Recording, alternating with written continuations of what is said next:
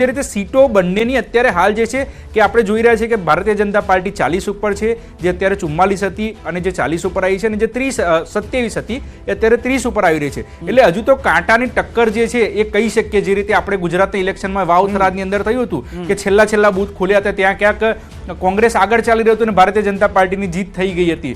એમ અત્યારે આપણે એ જોવાનું રહેશે કે હજુ કેટલા બૂથ ખોલવાના બહુ બાકી છે, કે જ્યારે વોટિંગની ઈવીએમની અંદર ગણતરી થતી રહેશે અને જે રીતે આપણી સામે રિઝલ્ટ આવી રહ્યા છે, એટલે ચોક્કસથી કહી શકીએ કે બહુ જ પાતળી સરસાઈથી ક્યાંક બંને પાર્ટી જે બી હશે, બીજેપી હશે કે આપ પાર્ટી હશે, પાતળી સરસાઈથી ક્યાંક જીત મેળવશે એવી આશા દેખાઈ રહી છે. હાલમાં મહત્વની વાત એ પણ છે કે જે 40 થી વધુની લીડ હતી તે પણ ઘટીને હવે 39 પર ભાજપની આવી ગઈ છે, 31 ઉપર આમ આદમી પાર્ટીની થઈ ગઈ છે. પરંતુ હજી પણ આ લીડની વાત છે, જે રીતે રાજકીય વિશ્લેષકે પણ કહ્યું, આગળ પણ જે જોતા આવ્યા છે એ વાત જોવા મળી રહી છે. પરંતુ કોંગ્રેસ કોન્સ્ટન્ટ છે. મનીષભાઈ પણ અમારી સાથે જોડાયેલા છે. મનીષભાઈ, છેલ્લા 2 વખતની ટર્મ અને આ ત્રીજી ટર્મ કોંગ્રેસ ખાતું હજી પણ આ વખતે પણ લીડ સાથે ખોલાવતી જોવા નથી મળી રહી. પરિણામની ચોક્કસથી વાત છે, હજી પણ દિલ્હીમાં કોંગ્રેસ જે તૂટેલી છે તે જોવા મળી રહી છે.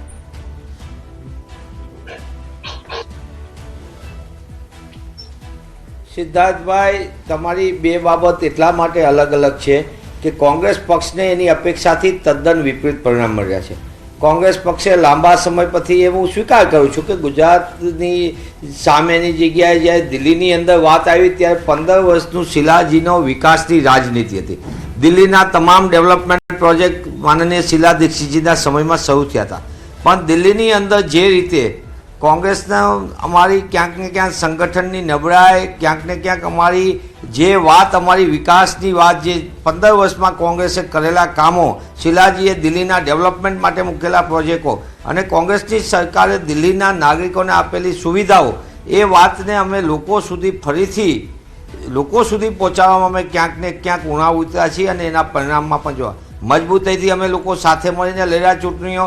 પણ જે રીતે આપ જોતા હશો કે વાદ વિવાદની રાજનીતિઓ છે, કોંગ્રેસના જે 15 વર્ષના સારા કામો છે, નકારાત્મક રાજનીતિ જે રીતે અહીંયા આપ અને ભાજપાએ જે રીતની આખી વ્યવસ્થા ચાલી અને એની સામે ક્યાંક ને ક્યાંક કોંગ્રેસ પક્ષ એમની સત્યની વાત લોકો સુધી પહોંચાડવામાં નાકામ રહે છે. પરિણામ ઉપર સ્પષ્ટ દેખાય છે.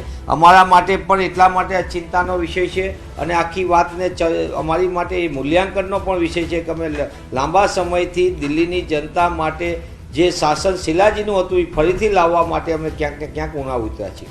આપ નકારાત્મક રાજનીતિની વાત ભાજપ અને આમ આદમી પાર્ટીને લઈને કહી રહ્યા છો. આપના જ સંગઠનના એક નેતાએ કહ્યું છે કે હજી લડો અને હજી આ રીતે જ કરો, અંદર લડો, આવું કહેવામાં આવ્યું છે. આપની પાસે પણ નિવેદન આવ્યું હશે. કોંગ્રેસ અને આપ જે એક સાથે મળીને કેન્દ્રની ચૂંટણી લડ્યું પરંતુ દિલ્હીમાં ના લડ્યું ને તેના કારણે ભાજપ ફાવી ગયું તેવો આરોપ છે. હવે શું કહેશો આપ? નહીં, નિશ્ચિતપણે હું એ વાત સાથે એટલા માટે સહમત નથી કે રાષ્ટ્રીય કક્ષાનું ગઠબંધનની સાથે રાજ્યના ગઠબંધન અમે ક્યાં ઘણી જગ્યાએ નથી. જેમ કે પંજાબની અંદર અમારું ગઠબંધન નહોતું, હરિયાણાની અંદર અમારું ગઠબંધન નહોતું, ગુજરાતમાં અમારું ગઠબંધન નહોતું જે તે સમયે.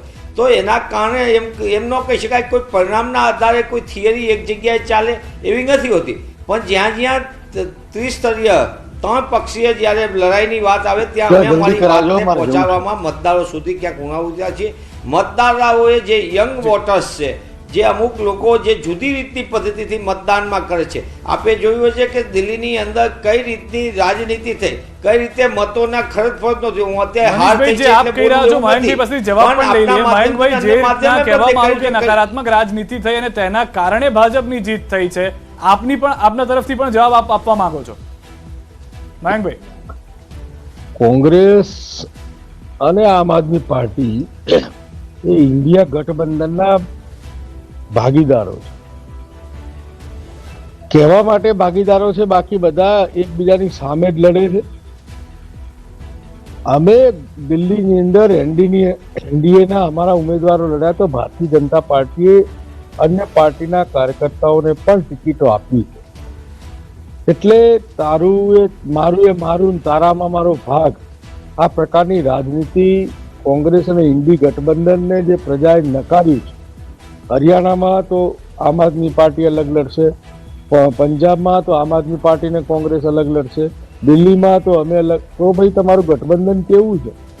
એની સામે માનીય મોદી સાહેબના નેતૃત્વવાળું એનડીએનું જે ગઠબંધન છે એ મક્કમતાથી અને વાયદાથી અમારી સાથે જોડાયેલી પાર્ટી, અમારી સાથે જોડાયેલો પક્ષ, અમારી સાથે જોડાયેલો કાર્યકર્તા એને પણ ન્યાય મળે અને ન્યાયની રાજનીતિને આધારે અમે પ્રજા વચ્ચે જઈએ છીએ. પ્રજા અમારી જે વાત છે એનો સ્વીકાર કરે, એ સ્વીકારના આધારે ભારતીય જનતા પાર્ટી અને એનડીએનું શાસન એ પૂરા દેશમાં લોકોનો વિશ્વાસ સંપાદન કરવામાં સફળ થાય.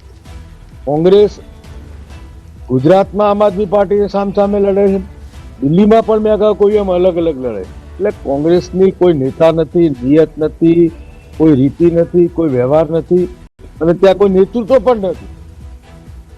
આજ કેજરીવાલના માટે રાહુલ ગાંધીજી શું બોલ્યા હતા કે ભ્રષ્ટાચારી છે, અને બંને સાથે બેઠા હોય તો પ્રજા કોની પર વિશ્વાસ, ના કોંગ્રેસ ઉપર મૂકે ને આમ આદમી પર મૂકે.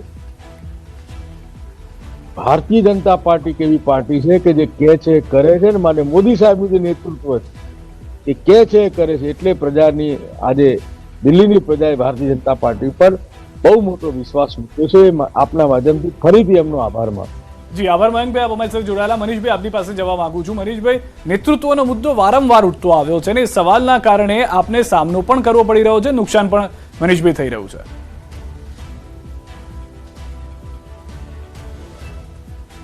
નહીં, સંપૂર્ણપણે હું તો મારા મિત્ર મયંકભાઈ એમને એક સરસ મજાની વાત કરી કે કોંગ્રેસ એના અલગ અલગ ગોલામાંથી લડે, ભેગા હોય, આ હોય, અને કોંગ્રેસના નેતા અમારા રાહુલજી કેજરીવાલજી માટે શું? અરે ભાઈ, આપણે મહારાષ્ટ્રનું નજીકનું રાજ્ય ગુજરાતનું, આપણે બે ભાઈઓ છૂટા પડ્યા, ગુજરાત અને મહારાષ્ટ્ર. મહારાષ્ટ્રમાંથી ગુજરાત અલગ થયું ભાષા આધારિત, અને મહારાષ્ટ્રની અંદર ચીકી પિસિંગ કરનાર અજીત પવારજી માટે નરેન્દ્રભાઈ અને અમિતભાઈએ શું કીધું હતું, અને અત્યારે કેવા આપણે સરસ મજાના એને સાથીદાર બનાવ્યા અને મહત્વના નાયબ મુખ્યમંત્રી બનાવ્યા. આપણે શિંદેજી માટે શું શું પ્રયોગો કર્યા હતા, અને શિંદેજી અત્યારે આપણે કેટલા સરસ મજાના મુખ્યમંત્રી તરીકે ગુલાબના હાર પહેરાવતા હતા. એટલે આપણું મનગમતી રાજનીતિ એ ભારતીય જનતા પાર્ટીની વર્ષો જૂની થિયરી રહી છે. જે લોકો સામ દામ દંડ ભેદ કરીને ભારતીય જનતા પાર્ટી જેને સામે હોય ત્યારે ભ્રષ્ટાચારી કીધા, પોતાનામાં લઈ લીધા, ત્યારે ગંગાજળના 2 બૂંદ પીવડાવીને એમને શુદ્ધ કરી દીધા. અને એની તમે વાત કરો છો, કેન્દ્રનો ડિફેક્ટો તરીકે તમે દિલ્હીને પૂર્ણ રાજ્ય આપ્યું નથી, પણ 15 વર્ષ સુધી દિલ્હીમાં શિલાજીના શાસને આજે મેટ્રો પણ દોરે છે, અને દિલ્હીના નાગરિકોને ન્યાયપૂર્વક શાસન પણ દિલ્હીની અંદર કોંગ્રેસની સરકાર. હું એ સ્વીકાર કરું છું કે આજે દિલ્હીની અંદર કોંગ્રેસ પક્ષ માટે કપડા ચટાણ હતા. મનીષભાઈ